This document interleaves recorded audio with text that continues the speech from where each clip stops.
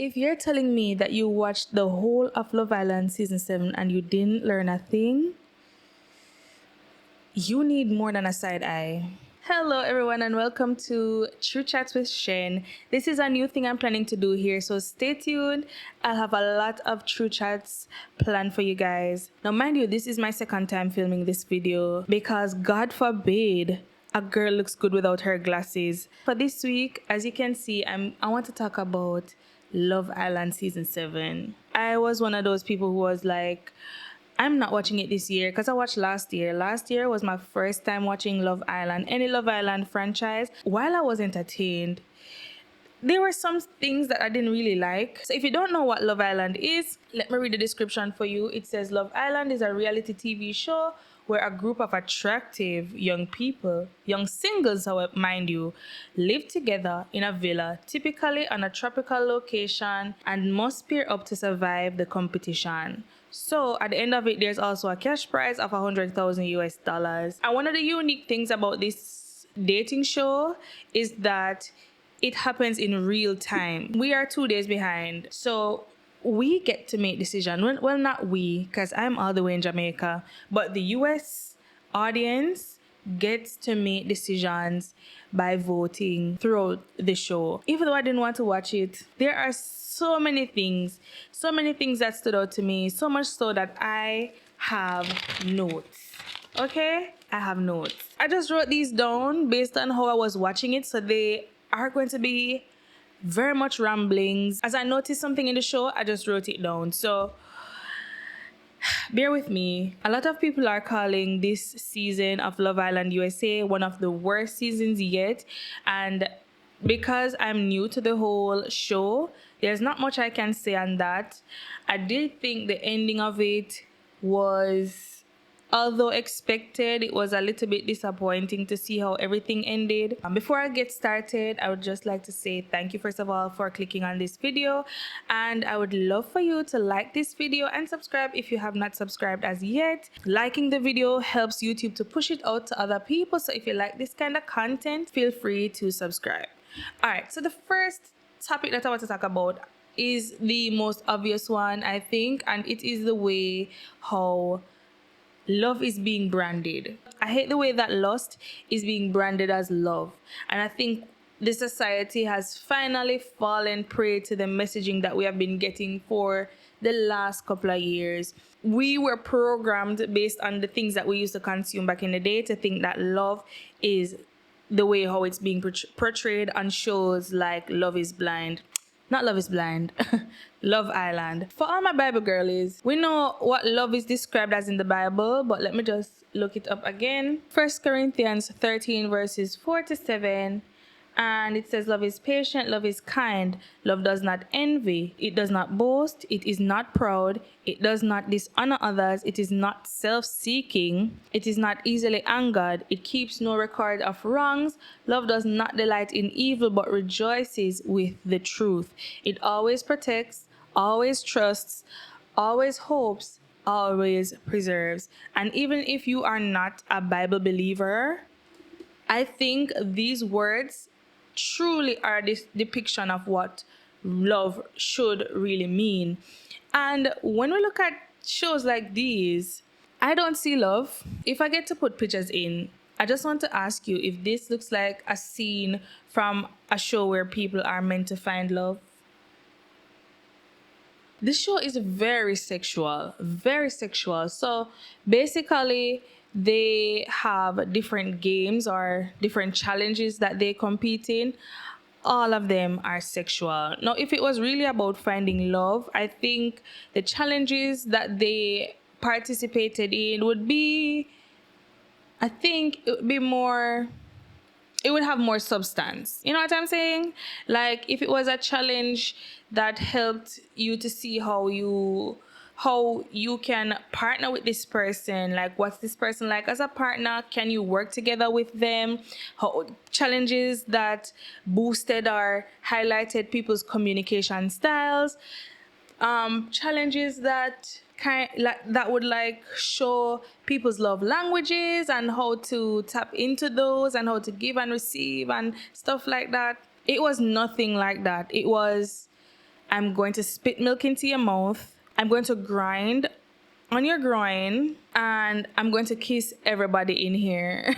Kissing, oh my gosh. Oh my gosh. Oh my gosh. The kissing in Love Island is never ending. Mind you, they are scantily clad all day. It must be in their contract somewhere that they cannot wear clothes. It was obvious to me that this show, even though it's called Love Island, had nothing to do with love. Hookup Island, maybe. Lost Island, definitely. Definitely Lost Island. But it was not about love. Speaking of Friendship Island, if I hear the term girls, girl one more time, I'm not gonna lose it because words have meanings. But I think I'll be triggered at least. This girls thing is so fake. So it says a girl's girl is a woman who supports other women, fostering positive relationships and celebrating their success. Life would be so much better if people were just honest and true. People want to have the image of being a girl's girl without actually being a girl's girl. Because when it says a woman who supports other women, other, I think most of the times when people consider this girl's girl thing is only in a moment when it benefits them. So in that case, they are the girl that should be supported and uplifted and empowered and encouraged. And it's never like about other girls. It's only when it's about them as a girl. You know what I'm saying? It's okay if you're not there in your journey yet. As long as you're trying to get there, you're not a bad mind girl, and you really try to be somebody who supports people. But to fake and act like you're a girl's girl just because that's what you think other people want you to be in that moment, it works out not in your favor in the end, because it's easy for people to see through you when you are not being genuine. And a lot of people were not genuine. Like, let's be real and honest. This show goes on for about 6 weeks. And I know that there are a lot of people who can just blindly go through and just support people. And, there are certain specific circumstances too where you can see that, okay, in this case, we should be rallying around the girl here. There are circumstances, but for people to be so in it after knowing people for like 2 days, calling each other sisters, and like, do words not have meanings? What was that saying? Let me see if I can find it. So the thing I was looking for is, the cost of community is inconvenience. And people don't like to be inconvenienced. People like to always be the center of attention. They don't like to offer that to somebody else. Most people, clearly not everybody, but for a lot of us, we are so self-centered, especially with the type of things that we consume and the messaging that we're receiving now. It's urging us to center ourselves at all times. So I think it's fair for me. When I walk into a room, I don't expect that anybody is a girl's girl. In my mind, and that might be also a toxic way of thinking, is that I know that I'll always have to fend for myself, because I don't expect people to just automatically rally around me simply for being who I am. And even for me, I don't like to blindly support anything, whether it be girls, black people, anything, because I know that there are instances when we will just be wrong. So I don't like to just blindly do it. And I think what people want for this girls thing is people's blind support. And I don't think in general people will just give you their blind support. People support who they like and who they know. And we saw it play out that people weren't really girls. I don't know if I believe that in a setting like this, the whole girls thing could even thrive. Mind you, this is a competition show. Like, they're competing with each other. When you're competing with people, once nobody's getting hurt, you have to prioritize yourself because it's a competition. So it was really amazing to see people try to pedestalize very surface level relationships. Not only the contestants, but like the audience. Now, mind you, they're saying that a lot of the people already knew each other before, but from the idea that we're watching it from, the start of something. I think we get attached to being there from the start and just having that attachment to the relationship. But at the end of the day, these people don't know each other, and their real relationships are with the people on the outside. They might find a connection with people, but for people to have this idea that everybody will just be kumbaya from the beginning and they will just be great friends. A lot of these people will never speak to each other again. A lot of these things that we saw were very surface level conversations. It was almost never anything deep. They didn't do anything for us to think that they are in a space where they can really have something very meaningful. And this is for both platonic and the romantic relationships on the show. Now, mind you, I know that it is a very heavily edited show. There are lots of things that we as the audience will never get to see because they're filming 24/7 and we only get a 1 hour episode every single day. So, well, not even every day, but I think it is wise to assume that these people do not know each other well enough to have very deep relationships. And I think the way that the audience reacted kind of made it seem like they were really in it. Like people, even the contestants, they were calling each other best friends. You're not my friend, you're my sister. And I'm like, these words don't mean anything to you. Like you just use these words with anybody. And as somebody who, I am the person that is friends with you for the moment, and then when we separate, like I'm in it with you while we're in the same space, but for some reason every time that I leave that space or the other person leaves that space, the friendships don't ever stay. And that might be a fault on my end with the whole communication.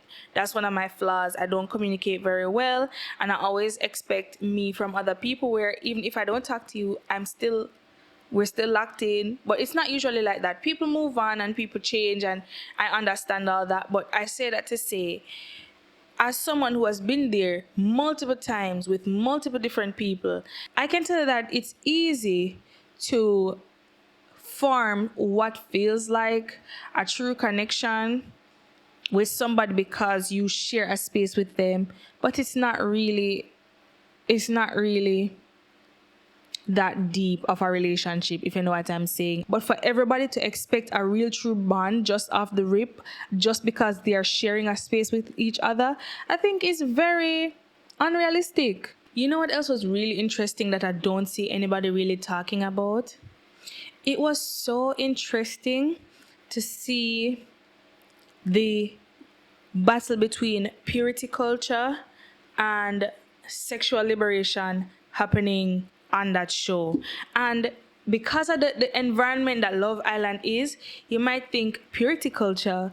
How did purity culture even come in? It's so weird how people act like they don't like purity culture, but when it's a situation that they can prop themselves up using purity culture, they love it then. First of all, Bella, what were you doing on this show? Bella was the first person to be booted out of the island. She was somebody who, like I said before, she said she has Christian values and she is not somebody who even kisses on the first date. And she was in a battle with the person who had slept with the most people in her life, which was 18 at the time. I was just looking at the way how the man's energy shifted. The fact that she was inexperienced, it seemed like it caused her to draw to him. I don't know, that didn't sit right with me. So after it was revealed that she was not as sexually experienced as the person who she was competing with the man for, she started then acting a bit more sexual. I think one, to prove herself that she can still fit in here, that's one, and two, to kind of entice the guy. If your values are your values, let them be your values. Liberation has to do with making your own choices, and if your choice is not to live the way how everybody else is living, that's very liberating to me. And I will say that there is a place and time for purity culture, and it's not Love Island. I do agree that wherever you are, you should uphold a certain standard, but it's unrealistic for you to believe that purity culture will hold firm in an environment like Love Island. There were quite a few ladies on the show who went all the way with the people that they were coupled up with at the time. And the way that people talked about them, I was like, aren't you the same people who say that it's okay? It's your body, you get to do whatever you want with your body. I think God gives us the gift of choice. We are able to make whatever choices we think is fit for our lives in that moment, right? So I'm not here to police anybody's body or tell you what to do with your body or how to feel after you do what you do with your body, right?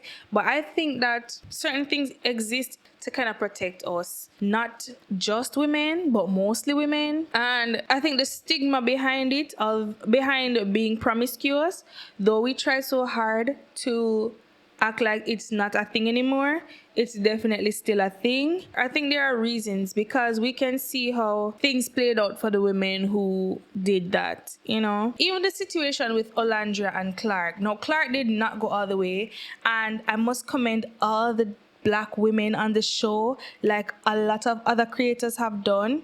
I must commend them for not taking it as far as some of the other contestants. Not a single Black girl slept with anybody on that show. Even when when Shelly was given the opportunity to go in a private, because they still film it, so I guess it's not really private, but private room with Ace, she still upheld a certain standard, which I think, see, I'm just rambling, but I think it's kind of odd, because you're competing in challenges where you're grinding on men, doing strip teases and doing all type of stuff, you know. So it's hard to see that purity culture would still be a thing there, but I kind of get why it is. Back to what I was saying about Clark and Olandra. So for those who did not watch the show, there was a whole love triangle between Clark and Olandra, two beautiful Black queens, and Taylor. One of the things I was looking at is the way that she spoke about Clark, even though Clark was not being, she wasn't having sex with him, but she was a lot more physical with him. And she was saying that things that are really physical, they don't last. We know that when it comes to like people who bond on a physical level, it's a lustful situation, so it's not really about a true connection, which is kind of how I feel. But in their situation, I think it was a little bit different. He wasn't being very overly sexual. They were hugging and kissing and, you know, but it wasn't like they were hunching or dry hunching on each other and just slobbering each other down for the whole day. I was just looking at that thought process, or the way that she was thinking, and I'm like, do you really think sexual liberation is that liberating? If so many of you can think of it like that and look at people sideways when they do certain things, do you really believe in this real sexual liberation? No, I did a video already on sexual liberation. I think that we are being sold a lie. It's not very liberating to just offer your body to anybody. I think one of the most liberating things that you can do is choose wisely who you give your body to. And I'm not knocking anybody, because I have had my times when I was younger where I didn't make like the most pure decisions, you know.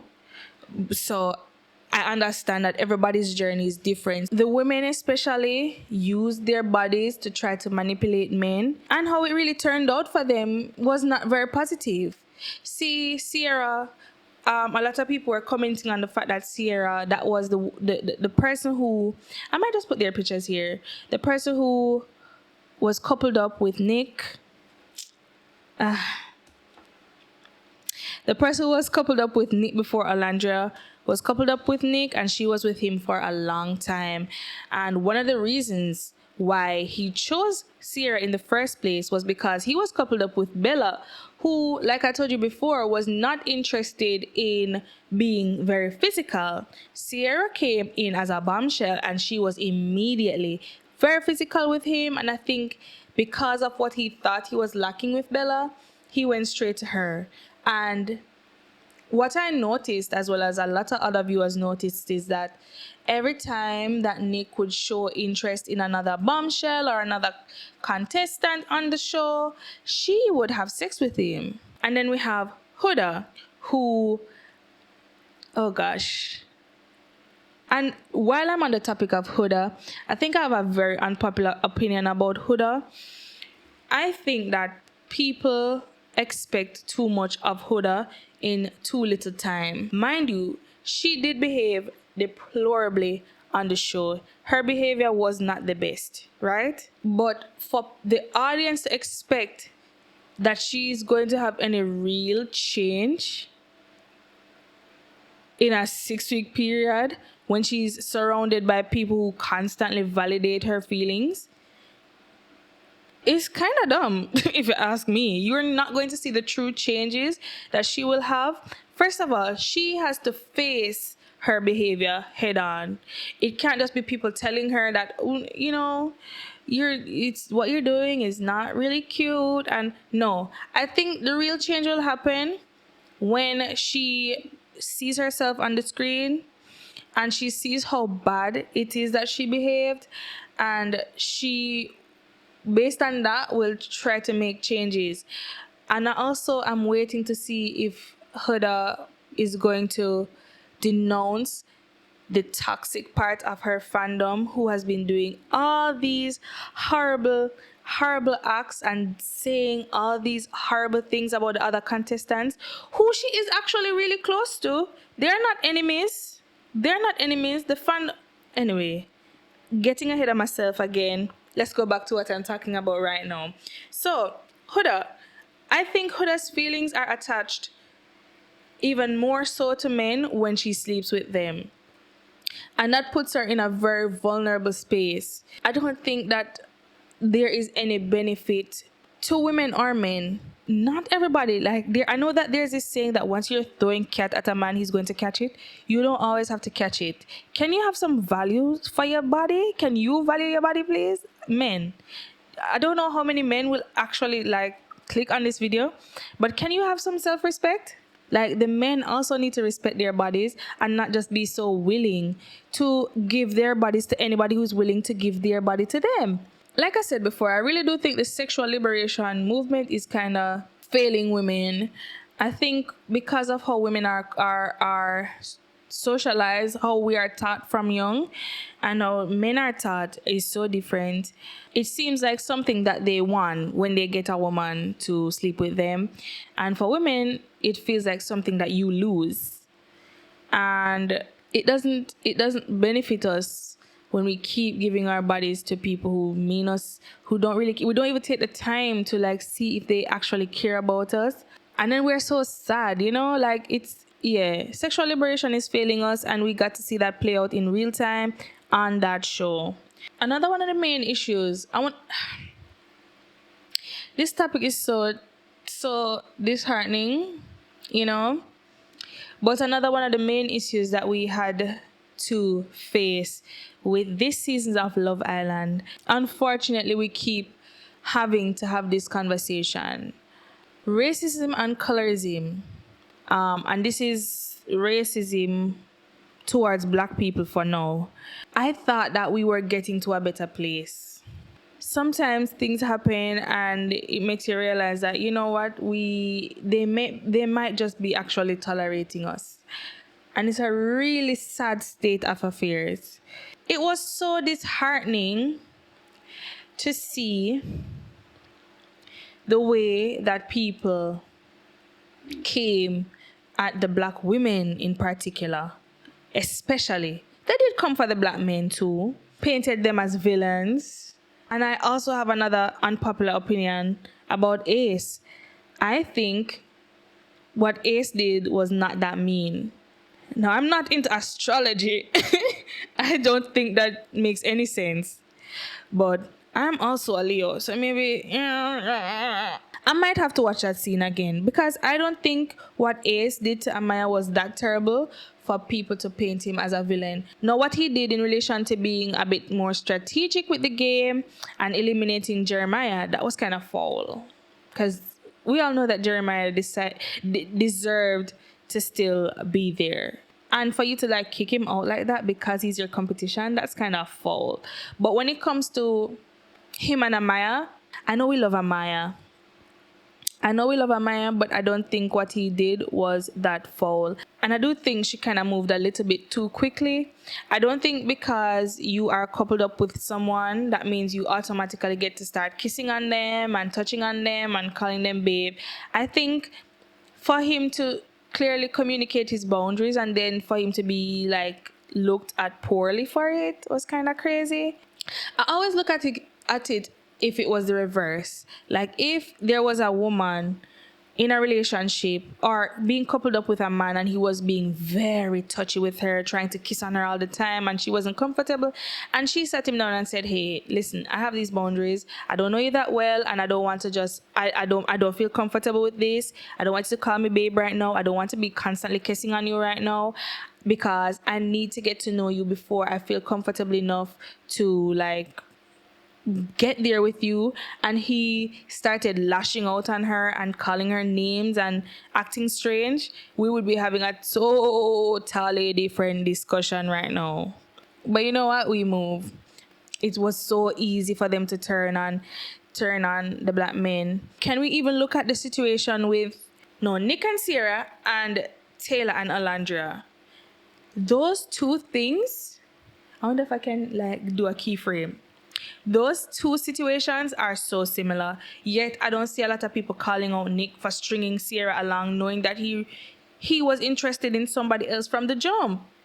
Using her body as well, that's another like really an added component that people are not talking about. Hello, he not only used her to stay in the competition, knowing that he desired somebody else, he also used her body, as opposed to Taylor, who kind of did the same thing, but one of them is a villain and one is a hero right now. So I'll just say that. And don't get me wrong, I have hopped off the ship quite a few times. I kind of stood on the side with one leg over for a few, but I am definitely a Nicolandrian, okay?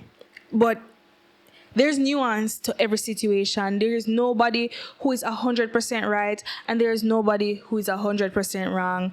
So, I have to consider all things. So that's just the light part of the racism and colorism. All right, let's talk about it from the beauty point of view, right? There were 3 dark-skinned black women in the show this year. One of them lasted for like 2 episodes, I think. Coco. Of all the dark-skinned girls that were on the show this year, I think Olandria's features were the most Afrocentric. Her looks, her face had the most Afrocentric features. And not to say that Shelly and Coco looked like they had Eurocentric features, really. But hers, you could look at her. I even heard people saying that they thought she was Nigerian, and to see the discourse about Olandria's features is insane. For people to fix their lips and say that this woman is ugly. I know you're not being for real. I know you're not being for real. I know you're not. Why do you hate Afrocentric features on dark-skinned women? Mind you, her lips and cheekbones are what people pay thousands to have. But now she's manly. She's manly. But the people who pay for it aren't. The people who pay for her high cheekbones are feminine and beautiful, models. But she's a man. She's manly looking. Your racism is showing. And let me just take a minute to say all the women on this show were beautiful. But them black girls, all 4 of you. Was it 4? All 4 of you were T. T. I know that there's going to be a lot for these women to absorb when they know that they're out of the villa. There's a lot for them to take in. And I just really hope that they have a strong support system, especially those black women. Why do we have corporations, businesses chiming in to drag these women? What did Shelley do that was so horrible that BuzzFeed thought it would be so hilarious, comedy gold, to offer her a knuckle sandwich? You have to be dumb. You have to be dumb. Anybody who made that, edited it, had the idea, show it to somebody. That somebody approved it. Put it online and left it there for people to see. The chain of you are stupid. Or is it that you just don't value your black audience? They are yet to apologize, mind you. It is the 15th of July. They are yet to apologize for anything that was said or done. It's really baffling to me to see the way that these people have acted. And it's not just like BuzzFeed, it's that oats. What is your problem with Shelly? What did Shelly do that was so horrible? What did Shelly do? What did Olandria do? Mind you, Olandria had one really bad moment where I was like, you know what, girl? You should have sat that one out. Even then, I don't see that as something that would warrant. And there are so many things. I don't know what I can show on here, but what I can show, I'll put them to the side here. What I really hated was the way that even Peacock and the Love Island franchise treated the situation. There was a point in time where Huda was being dragged for filth, and they made an announcement on screen to say that bullying is wrong, we shouldn't be bullying others, and stuff like that. Shelly and Olandria have been going through it for weeks. I'm here. I've heard nary a peep. Nothing. It's been dead silence. I think one of the weeks they kind of put a small disclaimer. I think, no, what it was is right before the final episode was aired, they thanked the people for joining them for the season and saying that bullying is, it's just a little too late, a little too long, and I can't. Nobody values that right now. Like when we were in the thick of it, you said nothing, and that's what we remember. The colorism was awful. There were so many black women. There were so many disappointing black women who were in the comment section breaking down how Olandria looks like a man, how awful Shelly was. It was really interesting to see how little support they got, how they tried to edit these people. All of the black people got a very questionable edit. And I know it's questionable because the people who come out of the villa have different things to say about these people than what we saw on our screens. And that's one of the reasons. If I had a video on here where I was talking about, and I'm going to be very honest, I didn't take it down because of the backlash. I was dragged by both Jamaicans and Americans because I was talking about the relationship between Black Americans and Jamaicans in America. And I realized that people, even though I never spoke ill of the Black American community, I just said, I don't like the way that you talk about us. And I realized that people were using my video as somewhere that they can bash each other, where Black Americans can talk ill about Jamaicans and Jamaicans can talk piss poorly about Black Americans. And that's not the type of environment that I wanted to foster here. So I took it down. It was my most viewed video. I have 553 subscribers. That video had 20,000 views. And I still took it down because I'm like, that's not the type of environment that I want my channel to be. And I think that it's more important for me to show support for the Black communities once we're not in the wrong. I'm not going to blindly support anybody, Jamaicans or otherwise. But once we're not in the wrong, I'd rather to be somewhere that supports than somewhere that people feel comfortable to be negative, because that's not what I'm trying to do here. I live in Jamaica and it's predominantly Black. We have issues of colorism and classism, but it's a whole other ball game to see blatant racism being shown on our screens in real time. It was very disheartening to see how even businesses were not afraid to show blatant racism. It was horrible. I was watching Jessie Wu and she made a very important point where she said that it was very necessary for the times that a Latina and a Latino won this year. And I wasn't even thinking about it with all the ICE raids into the Latino communities and all of them being deported. And it was I think it was another of approval to say that, they are still they're still together. Like, most people don't think of you the way that it's being portrayed. And I thought that was a point that I did not consider at all. I thought that it was really nice that they won. When I thought of it from that perspective, it added to me, feeling good that they won. Let's talk about the whole Sierra situation. So Sierra was coupled up with Nick, and she got booted off the show for using a slur against the Asian community. I have never heard that word before. Like I said, I'm in a whole different part of the world, right? I've never heard that word before, much less to know that it is a slur. And you know what? In this, I would like to really commend the Black community, because one thing you can never say is that you don't know that something is a slur. You're going to know. There were so many people saying that they had no idea that that was a slur. This season of Love Island, it brought out a totally different, I don't know. The fandoms were crazy. One fandom manifested a whole relationship.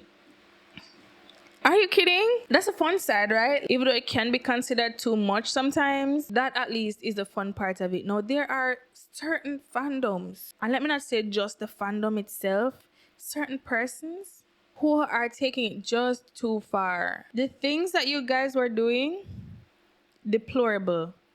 I don't understand how you can use being a horrible person to defend somebody against somebody you think is horrible. You are just the same. And you're justifying what you do by saying that they raise their voice at your friend, and that gives you justification to be a horrible person. No, you've always been a horrible person. Let's get that clear. You've always been a horrible person. You're calling ICE on people's families. You're creating photos depicting the death of somebody. You're hacking people's pages. You're being blatantly racist. And what is the end goal of what you're doing? Because the people you are trying to defend, they're all cool right now. They are not enemies. Why are you trying to create enemies of people who are fine? And they were the ones who were actually in the situation. That's not insane to your brain? So many people need to touch grass after this season of Love Island. It has never been that serious. You ruined the viewing experience for people. And they're saying that the new viewers, I'm a new viewer. I think it's not really about the newer audience. I think it's the younger audience. And I know it's not all of them. There are many young people who are more mature thinking. But I think it's the younger audience that kind of have lost the plot in a way. Very much so lost the plot. So much so that they definitely ruined the viewing experience for the audience it was meant for. These high school kids should not be watching Love Island. Then again, what was I watching at their age? I was trying to watch that Teacher's Pet. If you know, you know. Different type of girl from all over the world. I'm not going to act like I don't know why they're watching it, but it's not for them. If somebody is wrong, it doesn't matter how cute they are, guys. If somebody is wrong, they're just wrong. It doesn't matter how relatable or nice people can be wrong too. People who are generally cool people can be wrong too. And not because that they're generally cool people means that you should just overlook when they do something wrong. They're just wrong. You don't make excuses for it. And that's one of the issues that I had with Amaya. While Amaya is a key, Amaya is a key. Congrats on that money, girl. But I think Amaya is the type of friend that if you're with her, you don't ever progress. Because everything you say, she and I'm saying that because I've been that friend. I've been that friend that listened to your crazy stories and tell you, yeah, girl, yeah, of course. Now that I look back on it, I'm like, no. That was a learning experience. That's something that we need to learn from and never repeat again. And never repeat. Don't forget that part. Those things do more harm than good. And when you have friends that constantly tell you that you're valid, you're right, F that person, you're right. You're not always right.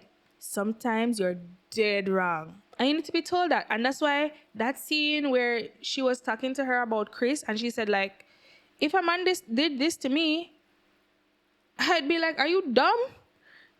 I got that. I felt that. That's where I was like, you know what, Amaya? You get it. But I guess it was because it's something that had to do with affection. We know that Amaya is big on affection. So maybe that's why it was easier for her to like kind of see where Chris was coming from in that case. Hate comments. I wonder if when people like do these things, I guess they think that, um, they might do it from fake pages or stuff like that. So they're like, nobody will ever know that I did this. You clearly are not concerned about a digital footprint. The world is quickly evolving. You know that, right?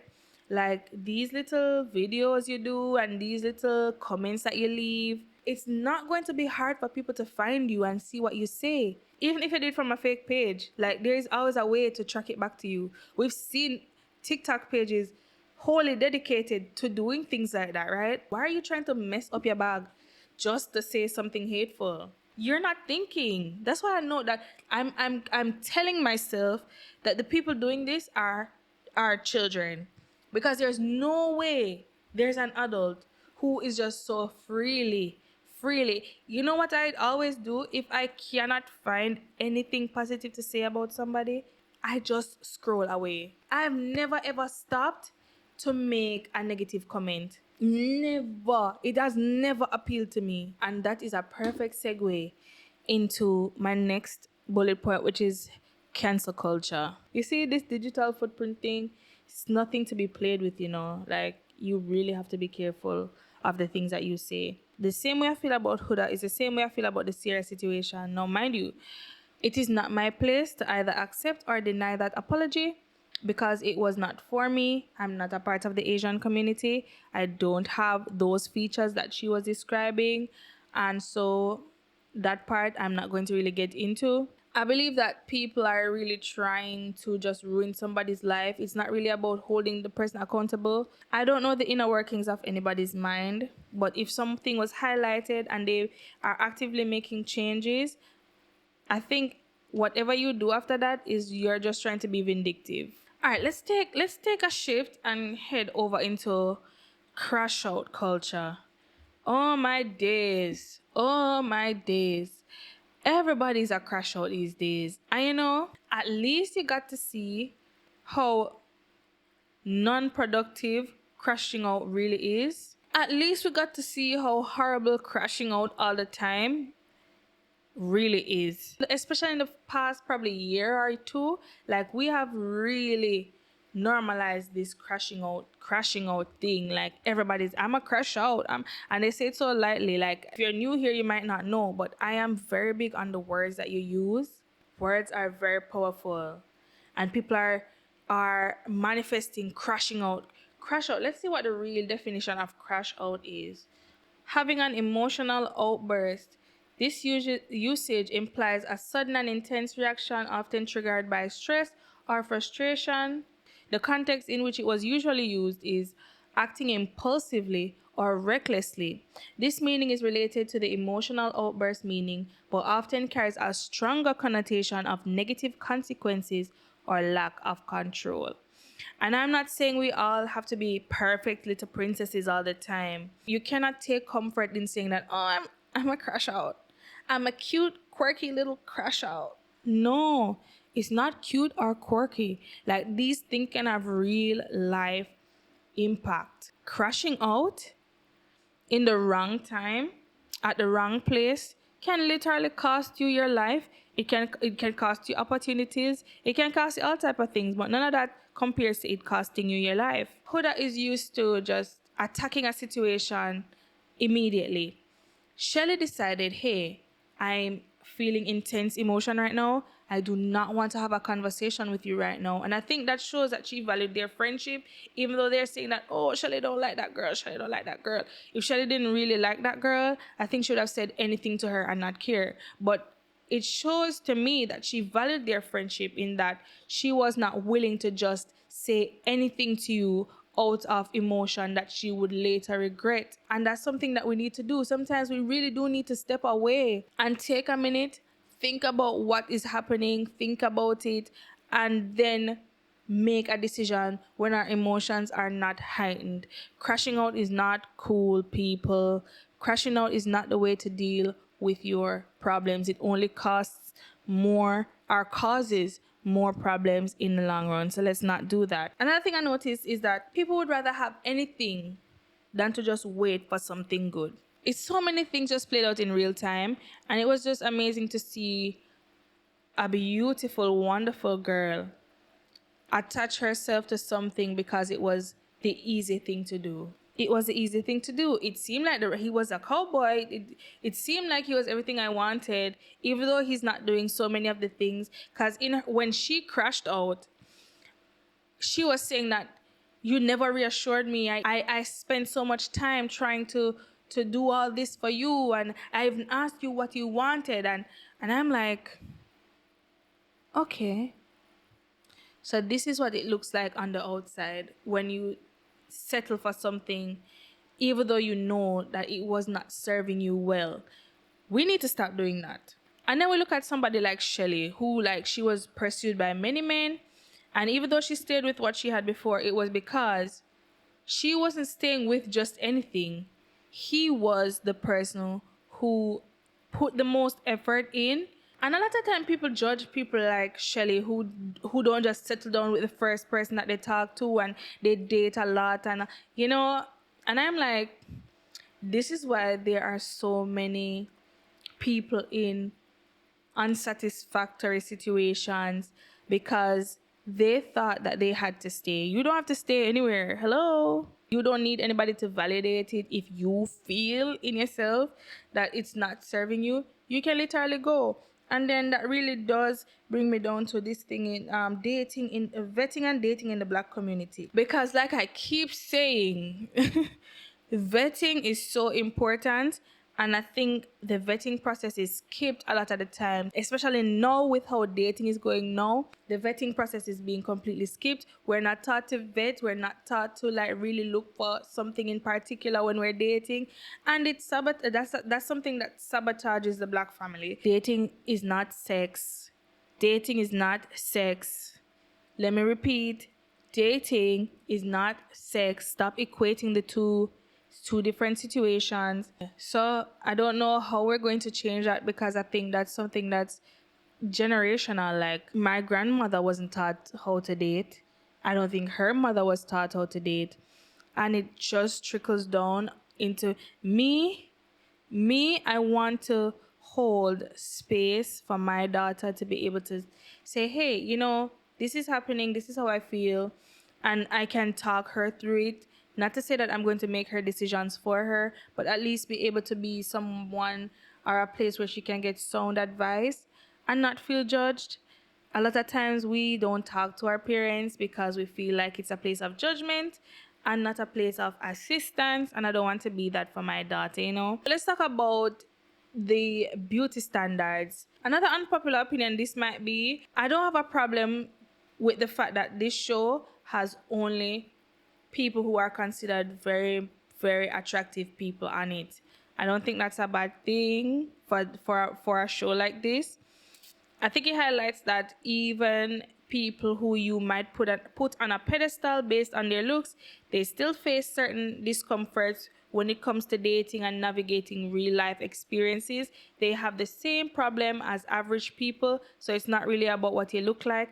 And also, I think that drives the ratings of the show, so they're never going to change that. It will never be a show for the average Joe. I think, are there other shows for the average Joe?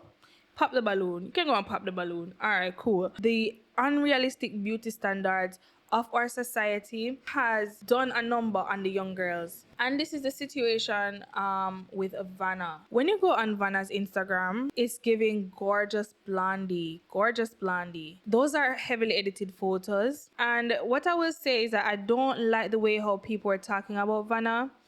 Vanna is a victim to the beauty standards that your favorites propped up in our society. She is only 21. Cut her some slack and give her some grace. The way that people were talking about Vanna was very disheartening. I always feel like if you're not going to say anything enlightening or that can help a situation, especially online, these people are seeing it, and these are I think because you see them on your screen, you don't realize that they're real people. Just because you cannot touch them, you're not in the room with them, you don't realize that they're real people with real emotions who are, you don't know what she's going through. People were talking about how old she looked and all of this, and how she looked, comparing her to various different characters and shows. You're just a mean person. And because you see that people are degrading this person, you see it as an opportunity for you to just show just how horrible you are. And I don't agree with that. I don't like that. And I will never support that, right? I really hope Vanna has a good support system at home. So many of the women have had cosmetic surgery done. There are so many of the women who got fillers to come on here. So many of them have surgery. I love how transparent they are, but you have to really listen. I'm thinking about Amaya because in Amaya's post winning thing, she said something about her boobs, and she was talking about how they cost a lot. These were expensive, honey. So you know that she's had some, at least a procedure done. Even with Huda, when Huda hit her nose, she was like, I just recently did a nose job. I don't want these, I don't want, so those things, I'm glad that they are at least talking about it. I think it would be weird for them to just say, hi, I'm Vanna and I had Botox, but I'm glad that at least in the conversations you're kind of dropping it in. It's not something that's hidden. You know what I'm saying? I think that's something that should really be shown, because a lot of people are looking at these people who are bombshells who are on the show, and they are creating the standard of beauty for others. And I think it's good for people to know that, hey, you're not inferior if you don't look like me, because I paid for aspects of this. And I'm not saying that it's for everybody, but this is how I got here. Another thing I noticed is that people really don't want to understand you if you have a personality that is not like everybody else. Like everybody expects, and I think that's something that I struggle with too, is that I expect myself from other people. Everybody's not the same. In order for us to survive in a world together with each other, we have to be at least understanding of the fact that people are different, and everybody does not have to be the same. We will not have the same personalities, and that's what makes our world so colorful and beautiful and wonderful, is that everybody is different. So I think we need to make space to understand everybody a little bit better, and just be, a little bit more accommodative to people who are not like us. And I'm not talking about people who are like psychos. When I say make space, I don't mean make excuses. Allow people to live and be themselves without ridicule, but also, hey, if you're wrong, you're just wrong. All in all, I think this show really does highlight everything wrong with modern dating. Nobody knows how to talk anymore. Everybody wants to be the cool guy. Nobody wants to approach.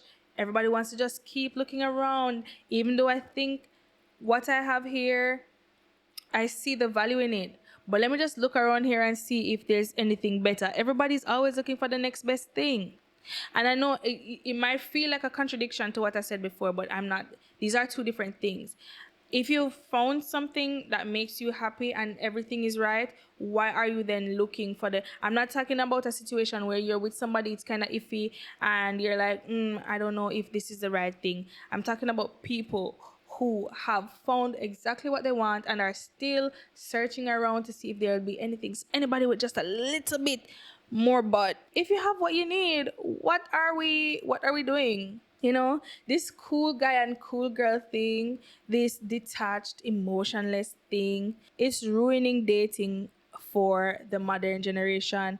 For those of us who watched the series, we saw how it turned out. It was a disaster. The connections that were made are questionable at best. To watch it in real time was very enlightening. And it showed me a lot of things that I need to ensure that I get across to my daughter. These things are not healthy, and this is the result of moving this way. Even though there were so many times when I felt like, you know what, I'm not watching this video. This is horrible. Why should I watch this video? No, I'm not watching this. I don't know why I even started this. I said I wasn't going to, and here I am, and da da da da da. I am glad that I watched it. trash TV as it may be. After a while, I stopped watching for entertainment. I learned so much. I got so much from it. I think it was a totally different experience this year to watch it while it was going on, to watch all the things happening on social media. The last time I watched it, the season was over because I don't really like to watch things while it's going on. I'm a very impatient person and I like to just binge watch everything, get it over with, and that's it. But I must say, it was a totally different experience watching it in real time with people watching it as well, learning from this person's point of view and accumulating so much knowledge from the show and from people watching it. Will I be watching it again? I don't see watching it again, but that's what I said last year. So let's see what happens for the next season. Peacock and Love Island crew have a lot of work to do. Is there anything that you think I missed that you noticed from the show but I didn't get to address? Let me know in the comment section below. If you got to this point of the video, oh my days. Oh my days. Thank you so much. First of all, thank you so much. I really do appreciate you coming to my video. There are so many videos on Love Island. I just want to say thank you for taking the time out to watch True Chats with Shen. It has really been a good episode. After this, the episodes will look a lot different. Thanks again for watching. Please be sure to like this video so that YouTube can push my videos to other people, and also to subscribe if you have not subscribed before. I really appreciate you so much for being here, and I'll see you in the next one.